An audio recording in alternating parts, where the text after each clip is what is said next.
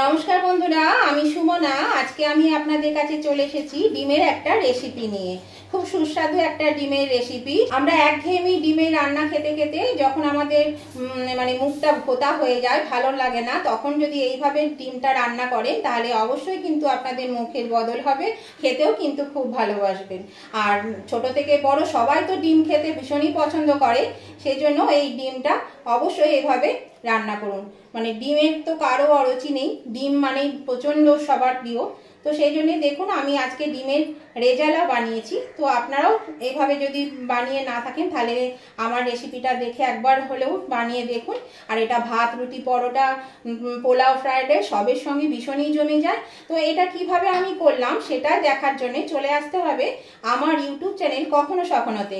তাহলে আপনারা চলে আসুন আমার ইউটিউব চ্যানেল কখনো সখনোতে, সেখানে দেখে নেওয়া যাক আজকে রেসিপিটা আমি কিভাবে করেছি। এ দেখুন বন্ধুরা, এখানে আমি 5টা ডিম নিয়ে নিয়েছি।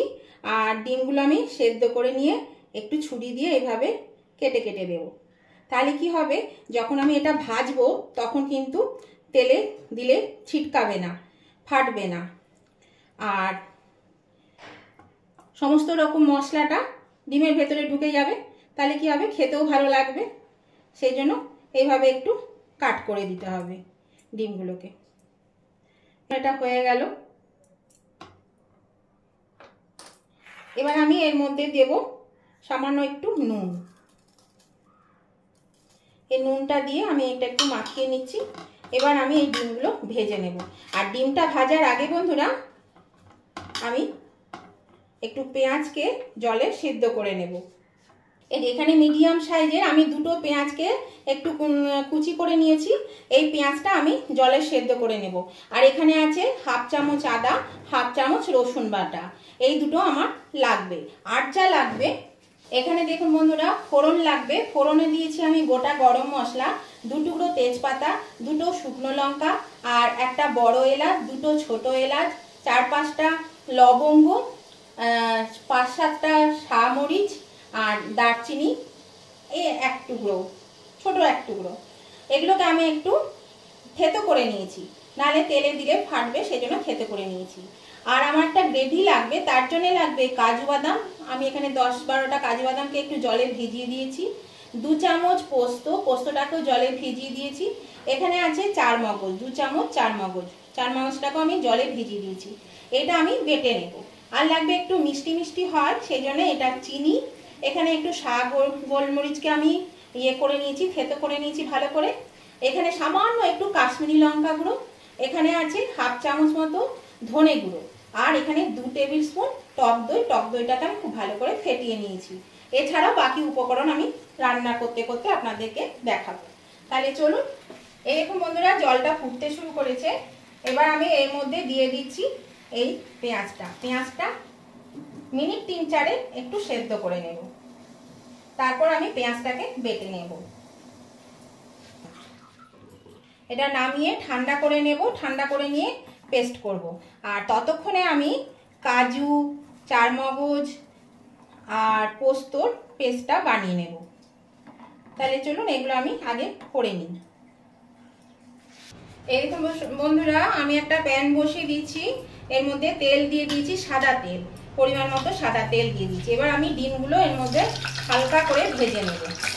ডিম কিন্তু একদম লাল করে ভাজবে না, খুব হালকা করে একটু ভেজে নিলেই হবে।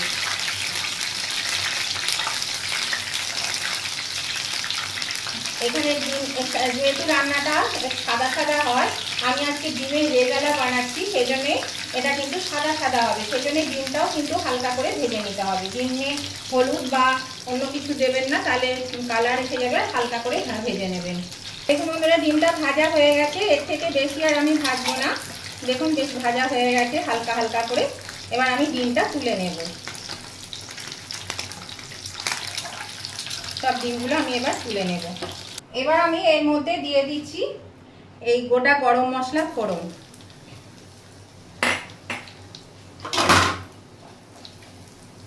দিয়ে দেব 1/2 চামচ সাজিরে ফোড়ন। ফোড়নটা একটু নাড়াচাড়া করে নিলাম। এবার আমি এর মধ্যে দিয়ে দেব পেঁয়াজ বাটা।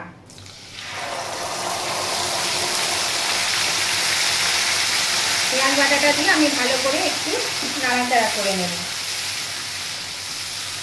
এই পেঁয়াজের কাঁচা গন্ধটা চলে যাওয়া অবধি মিনিট 2 নাড়াচাড়া করলেই কিন্তু পেঁয়াজের কাঁচা গন্ধটা চলে যাবে। আর আঁচটা আমি মিডিয়ামে রেখেছি। এবার আমি এর মধ্যে দিয়ে দেব আদা রসুন বাটা। আদা রসুন বাটাটা দিয়েও আমি একটু কষিয়ে নেব মিনিট 2। 2 মিনিট হয়ে গেছে বন্ধুরা। এবার আমি দিয়ে দেব এর মধ্যে ধনে গুঁড়ো। এই ধনে গুঁড়োটা আমি দিয়ে দিলাম, 1/2 চামচ ধনে গুঁড়ো দিয়ে দিলাম। এবার দিয়ে দেব যে কাজু কিশমিশ বেটে রেখেছি সেই কাজু কিশমিশ বাটাটা দিয়ে দিলাম। আর এটা দিয়ে কিন্তু অনবরত নাড়তে হবে, তা না হলে কিন্তু কড়াই লেগে যেতে পারে, যেহেতু কাজু বাদাম আছে সেই জন্য কিন্তু অবশ্যই এটা অনবরত নাড়তে থাকবেন। এটা দিয়ে ভালো করে একটু কষিয়ে নেব, আগে নেড়ে নেড়ে কষিয়ে নেব। এটা একটু কষানো হয়ে গেলে তারপরে আমি দেব দই। তো চলুন এটাকে আগে আমি একটু কষিয়ে নিই। এই দেখুন এটা কিন্তু লেগে লেগে যাবে, এই যে লেগে লেগে যাচ্ছে, সেই জন্য কিন্তু অনবরত এটা নাড়তে হবে। আর আঁচটাকে কিন্তু মিডিয়ামে রাখবে। এই দেখুন বন্ধুরা মশলাটা বেশ ভালো কষানো হয়ে গেছে, তেল ছাড়তে শুরু করেছে। এইরকম অবস্থাতে দেব ফেটানো দই, আর আঁচটা কিন্তু একদম কমিয়ে দেব। তারপরে দইটা দেব। দইটা কিন্তু ফেটিয়ে দিতে হবে, তা না হলে কিন্তু দইটা দেওয়ার সাথে সাথে কিন্তু ছানা কেটে যাবে। সেই জন্য দইটাকে অবশ্যই খুব ভালো করে ফেটিয়ে দেবেন। আর রুম টেম্পারেচারের মধ্যে যেন দইটা থাকে সেই রকমভাবে রাখার চেষ্টা করবেন। ফ্রিজ থেকে বার করে কিন্তু দেবেন না। এই দেখুন এবার আমি এটা আস্তে আস্তে কম আছে কিন্তু আমি এটা ভালো করে কষিয়ে নেব। আবার খানিকক্ষণ কষিয়ে নেব।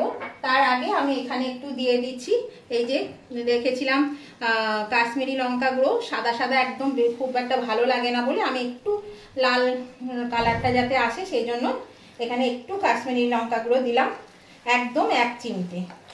তাহলে সাদা ভাবটা কেটে যাবে। দেখুন এবার আমি এটা দিয়ে ভালো করে আবার কষাতে থাকবো। মশলা যত কষাবেন বন্ধুরা ততই কিন্তু খেতে ভালো লাগবে।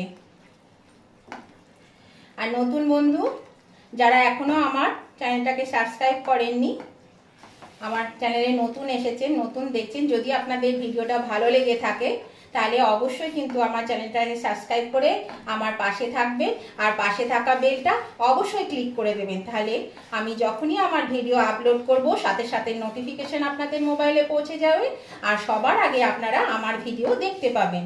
আর উভয় বন্ধুদেরকেই বলছি, আজকের এই রেসিপিটা যদি আপনাদের পছন্দ হয়ে থাকে তাহলে কিন্তু এখনো পর্যন্ত দেখতে দেখতে যদি লাইক দিতে ভুলে গিয়ে থাকেন, প্লিজ টুক করে লাইক বাটনটা প্রেস করে দেবেন। আপনাদের একটা লাইক আমাকে অনেকটা এগিয়ে নিয়ে যেতে সাহায্য করে। আর এই রেসিপিটা কোনো অংশে যদি আপনাদের ভালো লেগে থাকে, পছন্দ হয়ে থাকে, তাহলে যদি আপনাদের বন্ধুদের সঙ্গে একটু শেয়ার করে দেন, আত্মীয় স্বজন বন্ধু বান্ধবের সঙ্গে তা প্রচুর পরিমাণে একটু শেয়ার করে দেন, তাহলে পরে আমার খুব উপকার হয়, খুব ভালো হয়। সবাই আমার এই রেসিপিটা দেখতে পাবে এবং হয়তো অনেকেই করেন, অনেকেই জানেন, কিন্তু আমি কিভাবে করছি সেটা আপনারা দেখতে পাবেন। আর আজকের রেসিপিটা আপনাদের পছন্দ হয়ে থাকলে অবশ্যই কিন্তু কমেন্ট করতে ভুলবেন না। টুক করে একটু কমেন্ট করে দেবেন। আপনাদের সুন্দর সুন্দর মিষ্টি মিষ্টি কমেন্টগুলো আমার পড়তে ভীষণই ভালো লাগে। ভালো হোক খারাপ হোক অবশ্যই কিন্তু কমেন্ট করবেন। আপনাদের একটা কমেন্ট আমাকে পরবর্তী রেসিপি বানাতে অনেকটাই উৎসাহিত করে। তাহলে বন্ধুরা চলুন এটা আমি একটু ভালো করে আর একটু কষিয়ে নেব। আজকে আমি এবার মিডিয়ামে দিয়ে দিচ্ছি। দেখুন বন্ধুরা গ্রেভিটা থেকে তেল ছেড়ে দিয়েছে। এর মধ্যে আমি দিয়ে দেব খানিকটা পরিমাণে সাজিরে একটু গুঁড়ো করে রেখেছি, একটু দিয়ে দিলাম। আর দিয়ে দেব একটু নুন। এটা দিয়ে আমি এবার এটা আবার একটু কষিয়ে নেব।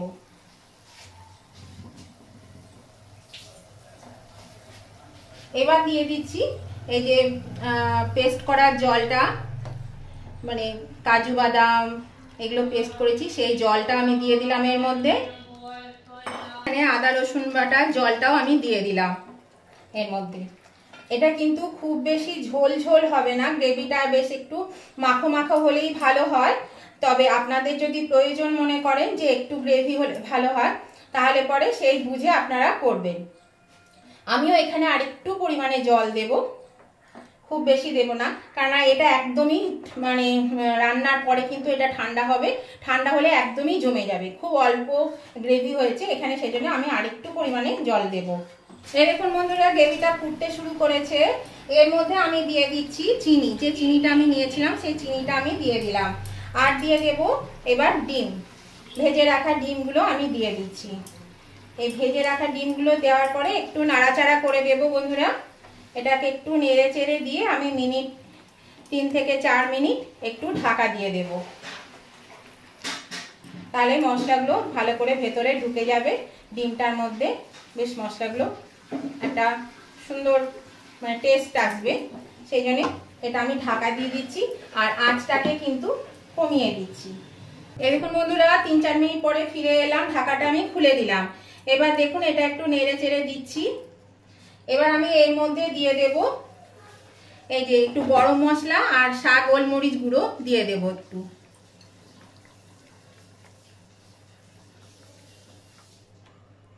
এটা দিয়েও আবার একটু নাড়াচাড়া করে দেব। আরো কতগুলো জিনিস আমি দিচ্ছি সেটাও আপনাদেরকে দেখাচ্ছি। এবার আমি এর মধ্যে দিয়ে দিচ্ছি 1 চামচ ঘি। ঘিটা আপনারা কিন্তু তেলের সঙ্গে মিশিয়েও দিতে পারেন, তাহলেও হবে। আমি পরে দিচ্ছি, কিন্তু আপনারা চাইলে তেলের সঙ্গে মিশিয়েও দিতে পারেন। আর দিয়ে দেব একটু কেওড়া জল। এই ঘি, কেওড়া জল, আর যদি এখানে এই যে জায়ফল একটু গুঁড়ো করে দিয়ে দেব। এগুলো যদি দেওয়া যায় তাহলে একদম কিন্তু স্বাদটা রেস্টুরেন্ট স্টাইলে চলে আসবে, খুবই ভালো লাগবে খেতে। সামান্য একটু জায়ফল দিয়ে দিচ্ছি গুঁড়ো করে, আর প্রয়োজন নেই, এতেই হয়ে যাবে। এবার আমি এটা নেড়ে চেড়ে দিয়ে আমি মিনিট 2 একটু বাড়িয়ে ফুটিয়ে নেব। কমানো ছিল, এবার কিন্তু বাড়িয়ে আমি এটাকে একটু ফুটিয়ে নেব, তাহলে কিন্তু আমার রান্নাটা রেডি হয়ে গেল। আর এটা বন্ধুরা খুবই ভালো লাগে খেতে। একঘেয়েমি ডিমের ঝোল, ডিমের ডালনা, যাই বলুন না কেন, ডিমের অমলেট, এইসব খেতে খেতে মুখ পাল্টানোর জন্য মাঝে মাঝে কিন্তু এইভাবে ডিমের রেসিপি করাই যেতে পারে, খুবই ভালো লাগবে খেতে। আর ডিম খেতে কে না ভালোবাসে বলুন, ছোট থেকে বড় সবাই খুবই ভালোবাসে ডিম খেতে। সেই জন্য ডিমের এই রেসিপিটা যদি করে দেন মাঝে মাঝে, তাহলে দেখবেন বাড়ির সবাই খুব মানে পছন্দ করে খাবে, তৃপ্তি করে খাবে, একটু মুখটা বদলাবে, খেতে সবারই খুব ভালো লাগবে। আর এটা ভাত রুটির সঙ্গে তো ভালো লাগেই, উপরন্তু পোলাও, ফ্রায়েড রাইস, নান সবের সঙ্গেই কিন্তু এই রেসিপিটা চলে, খুব জমে যাবে। তো দেখুন এটা আমার হয়ে গেছে। এবার আমি গ্যাসটা অফ করে দেব, আর এই ডিমটা আমি সার্ভিসিং ডিশে তুলে নেব। গ্যাসটা আমি অফ করে দিলাম। এই দেখুন বন্ধুরা, আমি একটা সার্ভিসিং ডিশে তুলে নিচ্ছি। এই দেখুন বন্ধুরা, আমি সার্ভিসিং ডিশে নামিয়ে নিয়েছি। আর গ্রেভিটা দেখুন কতটা ঘন হয়ে গেছে, আরও ঘন হয়ে যাবে। তো এইভাবে কিন্তু যদি কোনোদিন কেউ করে না থাকেন তাহলে অবশ্যই করে খাবেন। আর যারা করেছেন তারা তো জানেনই। আর আমার রেসিপিটা দেখবেন আমি কিভাবে করলাম, আপনারা সেটাও কমেন্ট করে জানাবেন আপনারা কিভাবে করেন। তো আশা করি আপনাদের আজকের রেসিপিটা ভালো লেগেছে। তাহলে নতুন বন্ধুরা যদি এখন আমার চ্যানেলে এসে থাকেন, যদি আমার এই রেসিপিটা দেখেন, তাহলে কিন্তু বন্ধু না হয়ে থাকলে অবশ্যই সাবস্ক্রাইব করে আমার বন্ধু হয়ে যান, আমার পাশে থাকুন। আর উভয় বন্ধুদেরকেই বলছি অবশ্যই কিন্তু লাইক, শেয়ার, কমেন্ট করতে ভুলবেন না। অবশ্যই শেয়ার, কমেন্ট করে দেবেন আজকের রেসিপিটা কেমন হয়েছে, সেটার জন্য কমেন্ট অবশ্যই করবেন। তাহলে আমি নতুন ধরনের ভিডিও নিয়ে আবার চলে আসব। আজকের মতো আমি ভিডিওটা এখানেই শেষ করছি। ততদিন আপনারা ভালো থাকুন, সুস্থ থাকুন। Tata, bye bye.